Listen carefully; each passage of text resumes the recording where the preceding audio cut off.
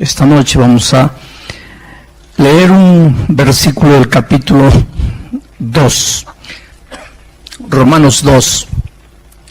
Ahora déjenme leer el texto bíblico a partir del versículo 4, 5 y 6. Dice así. Es una pregunta. ¿Sabes que Pablo fue un gran maestro? Pablo estudió a los pies de los grandes maestros judíos, entre ellos Gamaliel. Y como su padre era griego, también Pablo tuvo la oportunidad de recibir instrucción de grandes profesores griegos. Por eso en los escritos de Pablo se nota mucha influencia de la cultura griega. Es interesante que Pablo vivió en tiempos en que el imperio romano dominaba el mundo, pero el imperio romano dominaba el mundo en el sentido militar, en el sentido del poder, pero la cultura griega tenía una fuerza tan grande que ni la fuerza del imperio romano destruyó la cultura griega. La influencia helenística, la influencia de la cultura griega en Pablo fue una influencia muy grande. Y como todo gran profesor, pues Pablo siempre empieza preguntando, porque la mejor manera de enseñar es preguntar. Y Pablo empieza, durante esta semana vamos a ver, muchos de los textos que vamos a leer empiezan con una pregunta. Miren la pregunta aquí. ¿O menospreciáis las riquezas de su benignidad, paciencia y longanimidad? Tres palabras claves. Benignidad, paciencia, longanimidad. ¿O menospreciáis las riquezas de su benignidad, paciencia y longanimidad, ignorando que su benignidad es la que te guía al arrepentimiento? Pero por tu dureza y por tu corazón no arrepentido, atesoras para ti mismo ira para el día de la ira y de la revelación del justo juicio de Dios, el cual pagará a cada uno conforme a sus obras.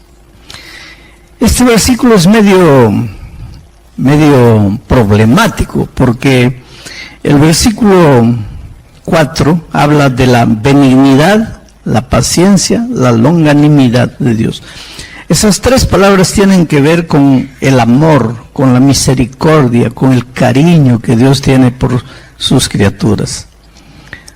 Misericordia es la palabra amor elevada a la infinita potencia. Es el amor del amor, la esencia, lo máximo del amor. Longanimidad tiene que ver con la paciencia, porque el amor de Dios lo lleva a esperarte, te espera. Y Pablo menciona la paciencia, la longanimidad, la benignidad, que el centro de la benignidad, lo que da origen a la benignidad, es el amor, la misericordia de Dios.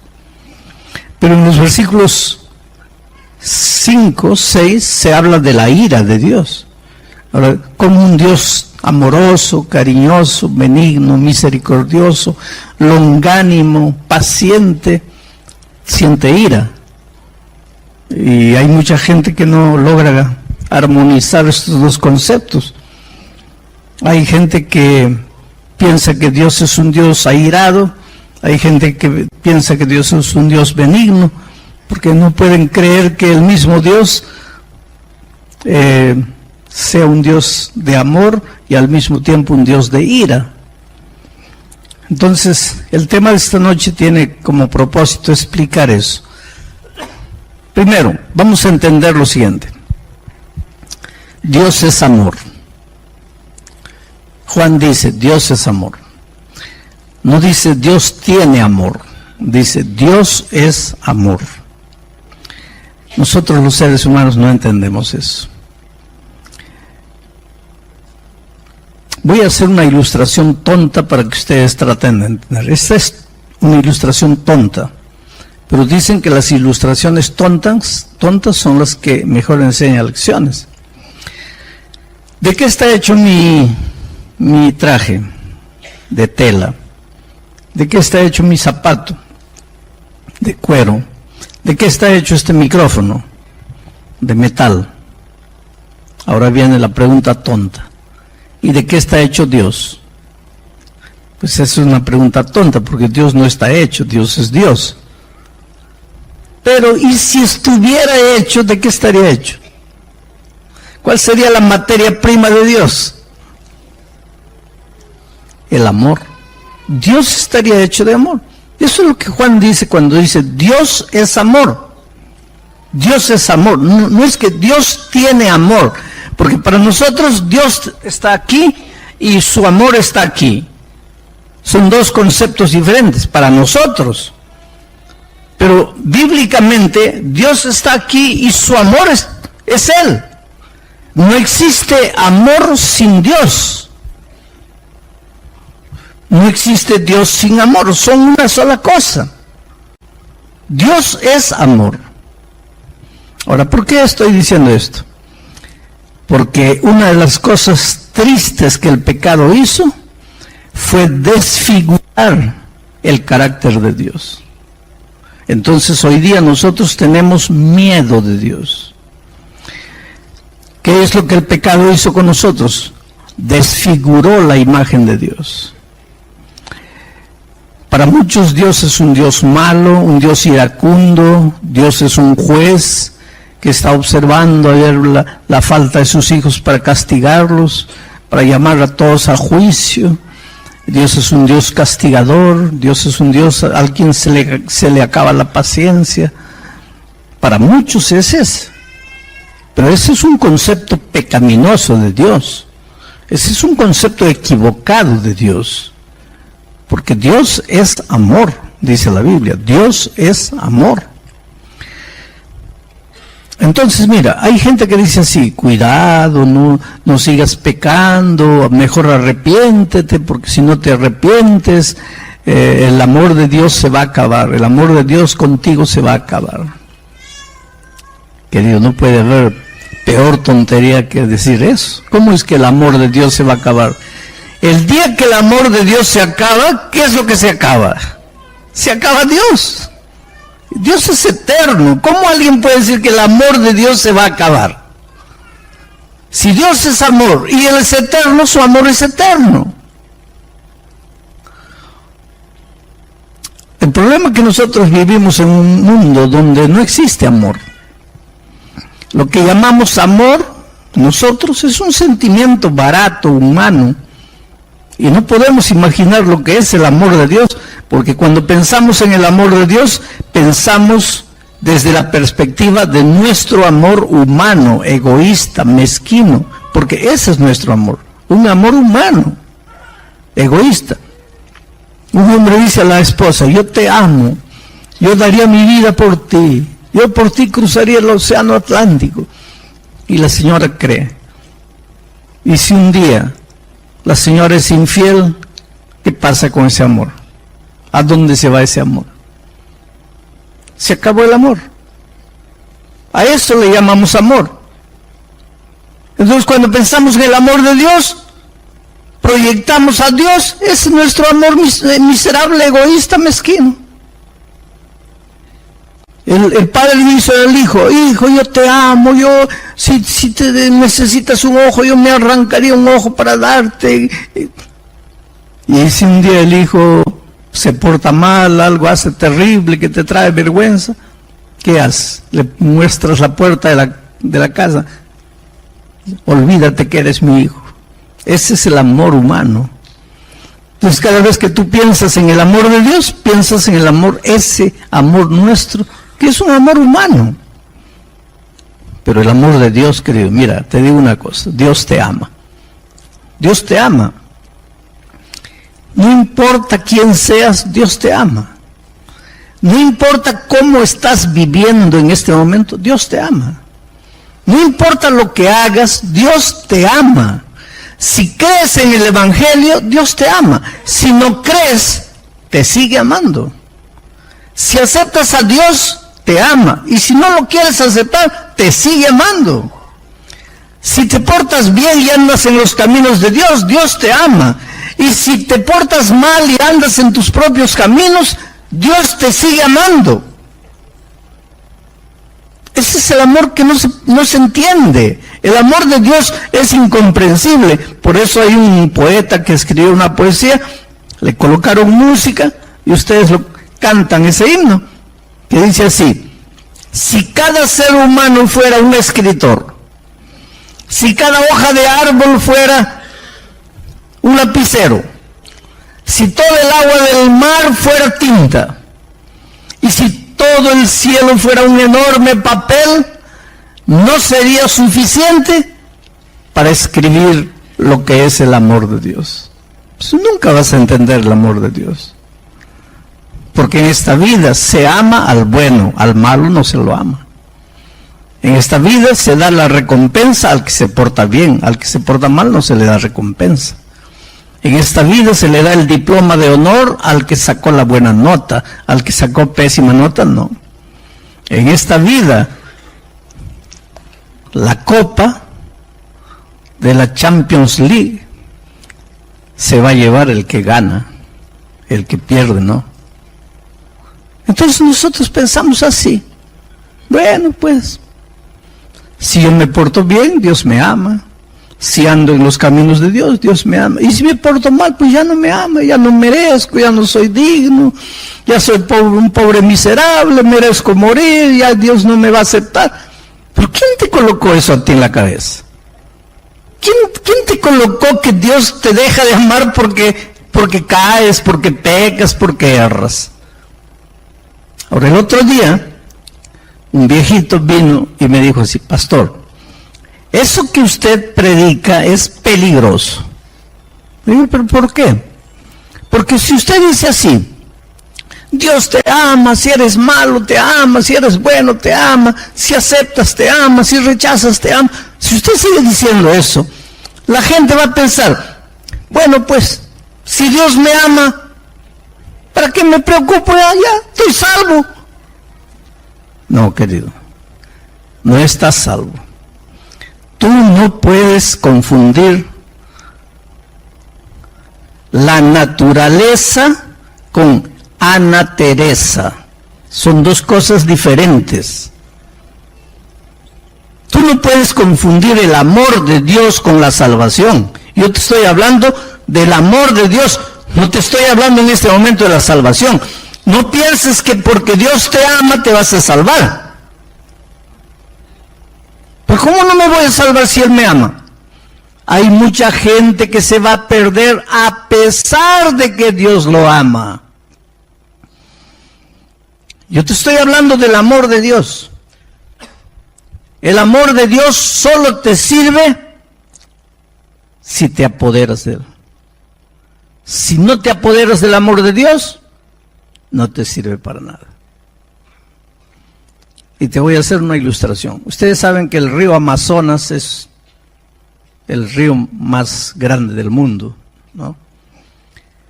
Desemboca en el Brasil, el país donde yo vivo. Pero el río Amazonas nace en el Perú, el país donde yo nací.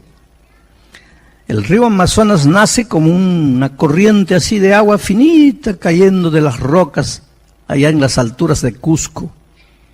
Y va yendo, pues se le junta otro riacho más, ya se vuelve un río grande, se le junta otro, un río más grande. Cuando entra al Brasil ya es un río grande. Ahí en el Brasil se le juntan más ríos. Y cuando llega a la frontera ya, a la costa, ya para entrar al océano Atlántico, el río Amazonas es un río gigantesco. De tal manera que si tú te paras en una orilla, tus ojos no alcanzan a ver la siguiente orilla, de tan grande que es el río. Y no solo grande, sino que es un río fuerte, con una fuerza. Entra al río Amazonas, entra al océano Atlántico, el río, tú sabes que el río agua dulce, ¿no? Entra con una fuerza así, el agua dulce al mar, que es agua salada, entra con tanta fuerza que aproximadamente por 200 kilómetros no se mezcla el agua dulce con el agua salada. Abre como un surco, esa fuerza de agua dulce, abre como un surco en el agua salada. y no se mezcla con el agua salada. Claro que a los 200 kilómetros ya va perdiendo fuerza, hasta que ya se transforma todo en agua salada. Pero el otro día, una embarcación naufragó y salieron a buscar a los sobrevivientes y encontraron a 16 en un pequeño barquito, muriendo unos 3 días después, labios partidos, quemados por el sol, muriendo de hambre, muriendo de sed. Y cuando el capitán del rescate llegó, los náufragos, agua, por favor, agua, agua. Y el capitán les dice, ¿y por qué no toman agua? Hace rato que ustedes están nadando en el Amazonas. ¿Por qué no toman agua? Ahí está. Muriendo de sed, rodeado de agua dulce. Pues el amor de Dios es el agua dulce. Y tú estás muriendo de sed, rodeado del amor de Dios. Quiere decir, el amor de Dios no te vale para nada si no tomas el amor de Dios. Si no bebes al agua del amor de Dios. Si no te apoderas del amor de Dios. Pero Dios te ama. Te ama, te ama, te ama. Pero entonces, ¿cómo me voy a perder? Ahora te voy a explicar algo que te va a resultar un poco difícil de entender. Mira, el pecado, vamos a decir que está aquí. El pecado está aquí. El pecado te atrae, el pecado te seduce. ¿Sabes lo que quiere decir la palabra seducir? La palabra seducir originalmente quiere decir colocar cera en el piso para que te resbales. Te seduce. El pecado te atrae. El pecado te ofrece muchas cosas. Te ofrece placer. Y te da placer. Solo que el placer del pecado es momentáneo, es pasajero. Después que el placer acaba, solo te resta el peso de la culpa, el peso del vacío, la desesperación, las ganas de llorar, la culpabilidad, la impotencia, la incapacidad de regresar a Jesús. Entonces el pecado te atrae, te atrae, te atrae. Y tú vienes. Quiero decirte una cosa, mira. Nadie se va a salvar porque nunca pecó. Porque si de no pecar dependiera la salvación, nadie se va a salvar. Pablo dice, Cristo murió por los pecadores, de los cuales yo soy el primero, dice Pablo. Y esta noche yo les diría, yo soy el segundo. Yo no sé quién es el tercero aquí. Solo Jesucristo podría decir, nadie me redarguye de pecado. Solo Jesús podría decir, nadie puede apuntar un pecado en mí, pero los seres humanos. David decía, en pecado me concibió mi madre. Está hablando de la naturaleza pecaminosa, ya nacemos. Y el pecado, como digo, nos atrae, pero el pecado no te habla de lo que te va a hacer. Una vez que caes en sus garras ya no puedes salir. Y el pecado es cautivante, en el sentido que te gusta. Y te gusta, y te gusta. Y entonces tú te agarras del pecado. Ahí está el peligro de aprender a vivir en el pecado. Y escucha una cosa, Cristo murió por ti, no para salvarte en tu pecado, sino para salvarte del pecado. Jamás hables y menciones la gracia de Cristo para seguir revolcándote en el pecado. La gracia de Cristo no es solo perdonadora, la gracia de Cristo es transformadora.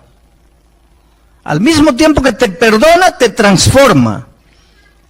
Entonces, pero hay gente que comienza a jugar con el pecado y se agarra el pecado y llega a habituarse con el pecado de tal manera que ya no quiere soltar el pecado, ya quiere vivir amarrado al pecado. Ahora, cuando Cristo venga, Él viene para colocarle un punto final al pecado. ¿Y sabes por qué? Porque lo que más detesta Dios es el pecado. ¿Y por qué?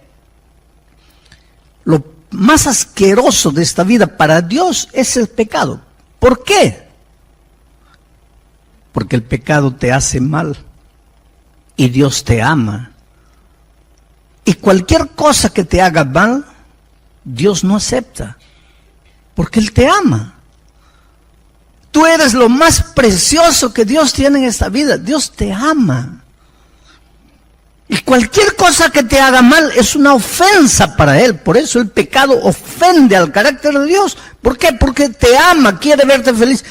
Si el pecado te hiciera feliz, Dios no tendría nada contra el pecado.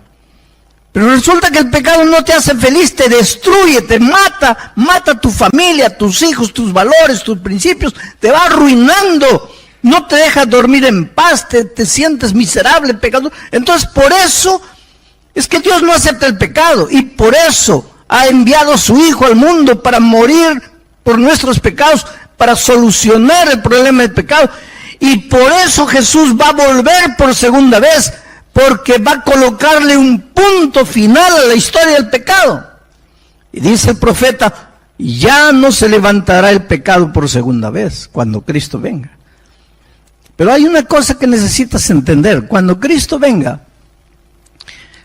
la ira de Dios, que no es la ira humana, porque así como nosotros no entendemos el amor de Dios, porque proyectamos a Él nuestro amor humano, tampoco entendemos la ira de Dios porque proyectamos a Dios nuestra ira humana. Y la ira humana es una ira pecaminosa. ¿Cuál es la ira humana? Estás leyendo y tu hijito corriendo de aquí para allá, haciendo caer las cosas.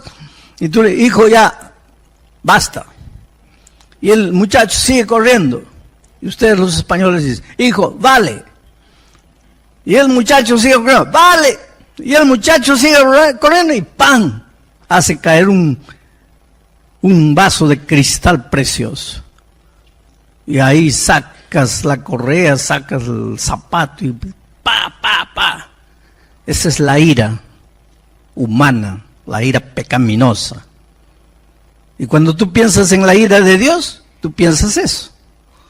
Le proyectas a Dios ese tipo de ira que en Dios, en un Dios santo, no hay. Pero entonces, ¿a qué la Biblia le llama ira de Dios? La Biblia le llama la ira de Dios al resultado del pecado que el propio hombre cosecha, porque lo que siembras cosechas. Si siembras higos, vas a cosechar higos.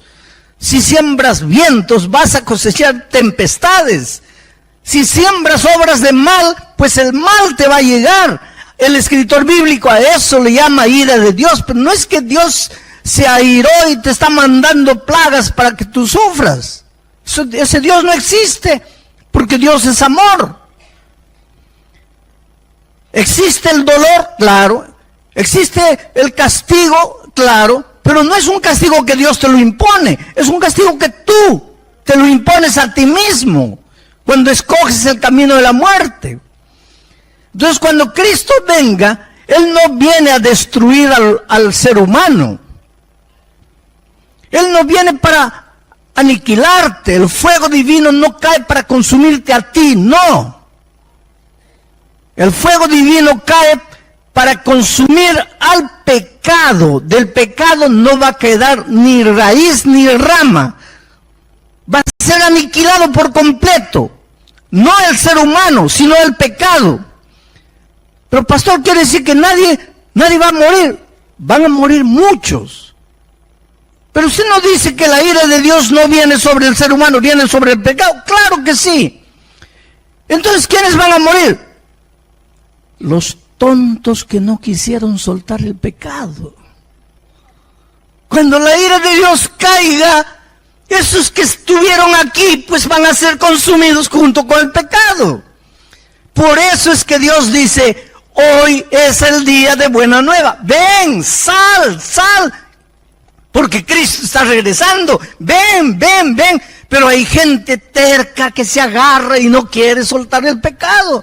Y cuando la ira de Dios caiga, pues sobre el pecado, pues todos los que no quisieron salir van a morir. Por eso la Biblia dice, salid, pueblo mío, salid, venid.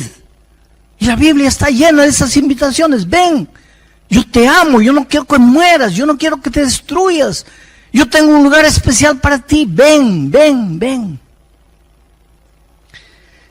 Dios te ama, querido. Pero el ser humano no entiende ese amor de Dios, ¿sabes? El otro día yo estaba saliendo. Yo encuentro, ¿sabes? Una de las cosas más difíciles de todos mis años de mi ministerio ha sido convencer al ser humano de que Dios le ama. Porque nada le convence al ser humano. ¿Por qué? Porque el ser humano relaciona el amor de Dios con su comportamiento y deduce así. Pero ¿cómo me va a amar si estoy haciendo mal? En las alturas de mi país, ahí en el Perú, un hombre viene corriendo. Y dice, pastor, a mí Dios no me puede amar. ¿Por qué no? Porque yo soy un alcohólico. Yo gasto mi dinero con mujeres, con prostitutas, llego a la casa y para que mi esposa no me diga nada, la golpeo a ella, golpeo a mis hijos. Pastor, yo no valgo nada, a mí Dios no me puede amar. Pero yo tengo una buena noticia, Dios te ama, solo que ese amor no te vale de nada, porque para que te valga,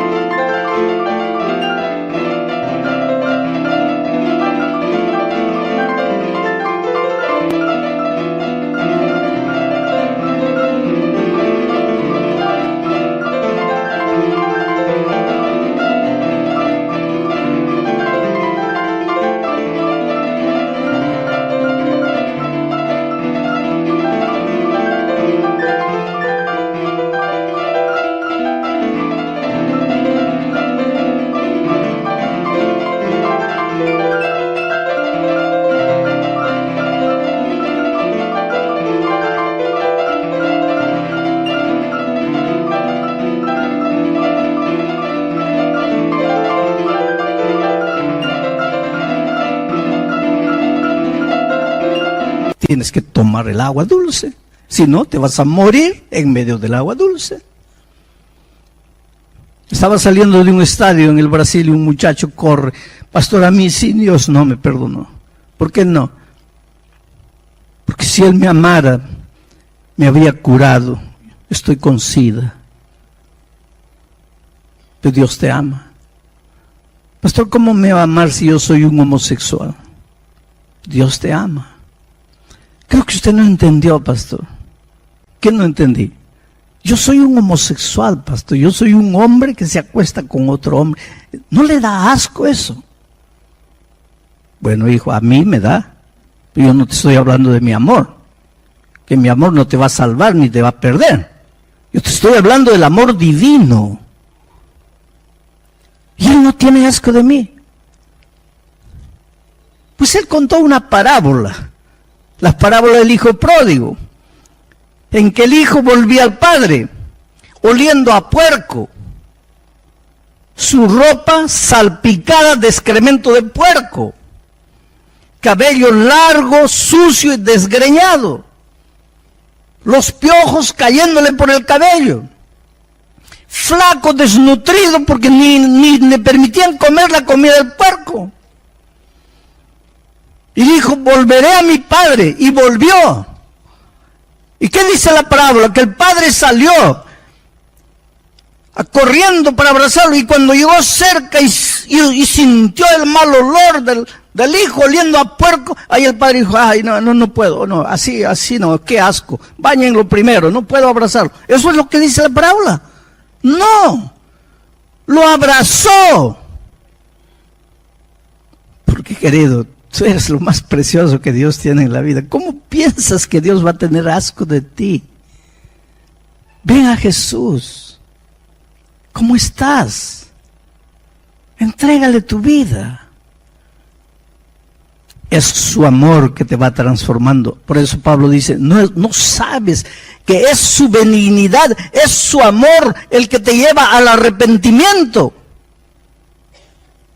Mira, si el amor de Dios no conquista tu corazón para que cambies de vida, pues Dios ya no tiene otro argumento. El único argumento que Dios tiene para cambiar tu vida es su amor. Y si su amor no es capaz de transformarte, pues ya no hay más nada que te pueda transformar. Es por eso que no me voy a cansar de predicar del amor de Dios. Hace muchos años atrás, yo estaba en el Brasil, en un campamento de jóvenes. Y los pastores me habían dicho, pastor, no lleve a aquel muchacho allá, muchacho de pantalón jeans, lleno de tatuajes, barba, cabello largo, medio rock and rollero, así.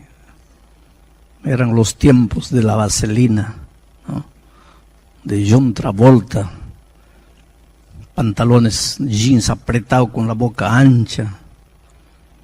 Y él estaba ahí. Y los pastores me dijeron, no lo lleve a ese muchacho, porque es un muchacho malcriado. Le va a malograr todo el campamento. Pero yo estaba llegando al Brasil, pensé, ¿cómo no lo voy a llevar? ¿Cómo le voy a negar una oportunidad si yo no lo conozco? Pero los pastores me dijeron, pero nosotros lo conocemos, no lo lleve. Pero yo pensé que debería darle una oportunidad y lo llevé. ¿Para qué? Lo que los pastores me dijeron no era nada comparado a lo que este muchacho era. Porque este no era de los que cometía una travesura y se escondía, ¿no? Él hacía algo, cometía una indisciplina y mostraba la cara como diciendo, a ver, ¿quién me va a hacer algo?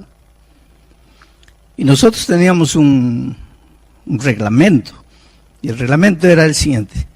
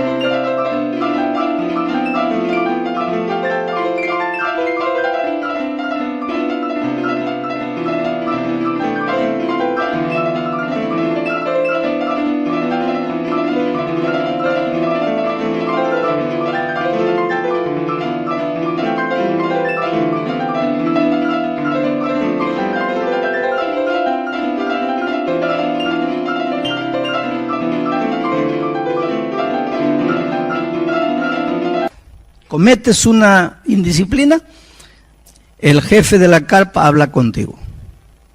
Vuelves a cometer la segunda indisciplina, el preceptor habla contigo. Vuelves a cometer la tercera indisciplina, el director del campamento habla contigo. Y si cometes la cuarta indisciplina, me lo traen a mí, que yo era el jefe de todo. Pero si me lo traía a mí, era solo para decirle, agarra tu mochila, estás fuera del campamento. Pues él cometió la primera indisciplina, se rió del jefe de la carpa. Cometió la segunda, se rió del preceptor. Cometió la tercera, se rió del director. Una noche después de la fogata, y en la noche, era como 10 de la noche, el director viene y me dice, mire pastor, yo sé que usted es todo paciencia, pero este muchacho tiene que irse. Usted tiene que hablar con él y es ya solo para decirle que se vaya, porque él no puede quedar. Dije, mira, son 11 de la noche, 10 de la noche. ¿A dónde lo vamos a mandar a esta hora? Porque el campamento era en el campo, a la orilla de un río, habíamos levantado carpas ahí. Digo, ¿a dónde lo vamos a mandar a esta hora? Pues que amanezca aquí, ya mañana temprano a la luz del día, ya le pido que se vaya, pero ahorita no le vamos a... ¿Cómo lo vamos a soltar en la oscuridad ahí? No hay, en la carretera oscura, no hay carro, no le puede pasar algo. No, dejamos para mañana. Pero no esperó que el nuevo día naciera. A la 1 de la mañana yo me despierto, una gritería, la gente corriendo de aquí para allá, los muchachos, las chicas, todas desesperadas. Y yo salgo para ver qué sucede. Y pues como en la oscuridad no se veía, nosotros nos alumbrábamos con un motor, pero a las 11 de la noche se apagaba el motor, y hasta prender el motor llevaba tiempo, todo oscuro. No se veían las cuerdas de las carpas, las chicas en la desesperación salían, se tropezaban, las carpas caían, era un desastre. Este muchacho a la 1 de la mañana se fue abriendo todas las carpas, echándole agua helada a las muchachas y creó un pánico, y ese pánico podría provocar accidentes graves, y él no medía la consecuencia. Y yo salgo para ver, y en el centro un muñeco de trapo enorme, siendo quemado, y en el pecho decía Pastor Bullón. Y queridos, yo puedo parecer paciente, pero yo soy un ser humano, ya les dije. Pablo es el primer pecador, yo soy el segundo. Y pues yo también me impacienté, dije, no, ahora sí no se queda ni un minuto, se va ahorita, no me interesa dónde va, pero sale ahora. ¿Dónde está el muchacho? Está en su carpa. Ahí fui. Y cuando entro a la carpa, él estaba ahí, la mochila al lado. Y me dice, no me digas nada, yo ya me voy. A mí nadie me expulsa, yo me voy porque yo quiero. Sí, el tipo no me daba ni siquiera el gusto de expulsarlo. Él ya se había expulsado solo. Pero en ese momento Dios cambió todo en mi corazón. Dije, yo no vine a expulsarte. ¿Para qué viniste? Vine a decirte que te quedes. Que me quede. Sí, que te quedes. ¿Para qué? ¿Por qué quieres que me quede? Porque yo te amo. ¿Sabes que ese muchacho valentón, malcriado, dispuesto a agredir a cualquiera? Sus ojos comenzaron a brillar en medio de la oscuridad. Comenzó a llorar y me dice, expúlsame, grítame, castígame, dime que no valgo nada, hazme lo que quieras, pero por favor no me digas que me amas.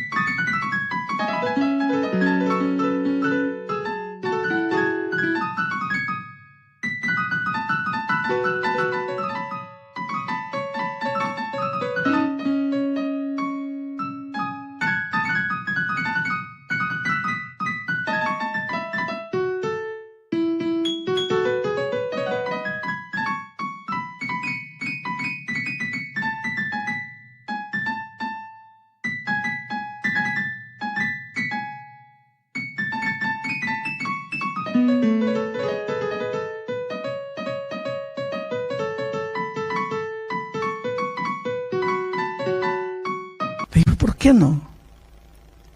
Porque nadie me ama. Mis padres no me aman, la iglesia no me ama, mis amigos no me aman, en la escuela mis profesores no me aman. No me vengas tú a decir que me amas. Le digo, sabes, hijo, no es fácil amarte porque tú no te dejas amar. Pero yo te estoy pidiendo una oportunidad, quédate. ¿Pero para qué me voy a quedar? Te voy a arruinar el campamento. No, no vas a arruinar. ¿Sabes por qué? Yo te necesito aquí en el campamento. ¿Pero para qué me necesitas? Te voy a nombrar jefe de disciplina del campamento. ¿A mí? A ti. Tú conoces todo. Vas a ser un buen jefe de disciplina. Se quedó. Terminó el campamento, nunca más lo vi. Pasaron años. Yo estaba en nuestra universidad en San Pablo dando clases para los pastores. A mediodía estaba yendo a almorzar. De repente un muchacho bonito, de camisa blanca, terno o pantalón azul marino, corbata, me alcanzó, me dice, pastor, yo sé que está corriendo al comedor. ¿Usted no se acuerda de mí? No. Míreme bien, ¿no se acuerda de mí? No. Pastor, yo sé que no se puede acordar, pues eran otros tiempos. Pero una noche en un campamento yo hice un muñeco de trapo con su nombre y lo quemé. ¿Se acuerda de mí? Y claro que yo me acordaba de eso. Y le dije, pero no puede ser tú. Porque el otro era un rock and rollero de jeans, camiseta manga corta mostrando el tatuaje, cabello largo, barba. Ahora yo tenía un muchacho.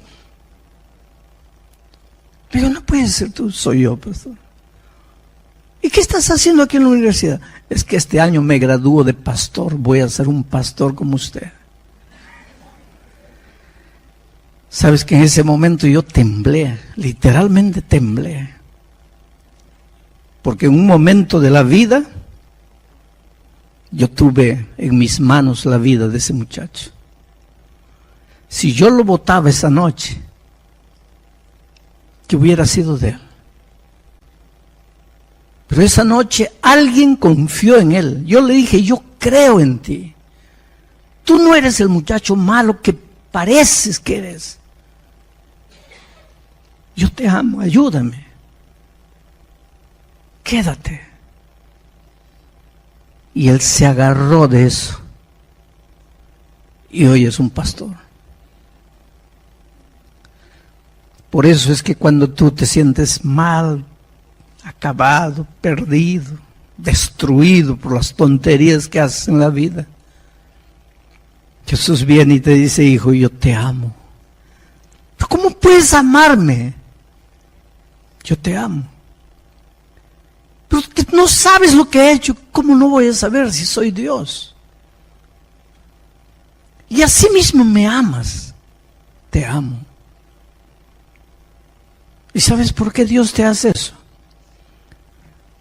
Porque Él sabe que si su amor no es capaz de redimirte, ¿qué más te va a redimir? Su amor es el último argumento que Dios tiene para conquistar tu corazón. Yo te podría contar historias de gente rebelde, gente dura, asesinos, criminales, que se rindieron al amor de Dios y que dijeron, Señor, me entrego, no puedo luchar más con tu amor.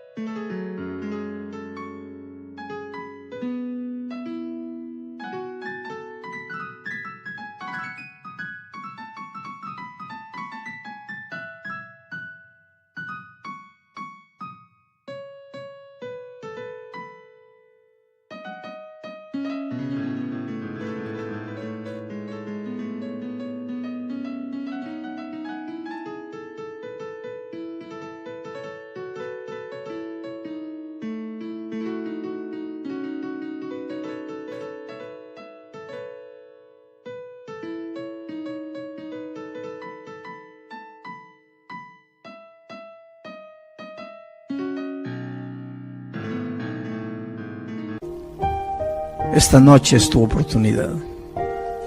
Yo te voy a hacer una invitación, pero esta invitación no es para los que están bautizados en la iglesia, son miembros, ya se han levantado y han venido. Las personas que anoche se han levantado tampoco necesitan levantarse, porque anoche ya aceptaron a Jesús, se levantaron y vinieron. Pero si anoche no te levantaste, o si has venido por primera vez esta noche, estás estudiando la Biblia, estás conociendo a Jesús, estás conociendo el Evangelio, y esta noche quieres decirle a Jesús, Señor, te entrego mi vida. Yo no sabía que me amabas tanto, Señor, gracias por tu amor. Si esta noche quieres apoderarte del amor de Dios, si quieres beber del agua dulce, ¿por qué tienes que morir de sed en esta vida si estás nadando en el agua del amor de Dios? Si quieres decirle sí a Jesús esta noche, te voy a pedir que te levantes y vengas aquí adelante, porque quiero hacer nuevamente una oración especial por ti esta noche. ¿Quién es la primera persona que quisiera levantarse y venir esta noche? ¿Quieres rendirte al amor de Dios?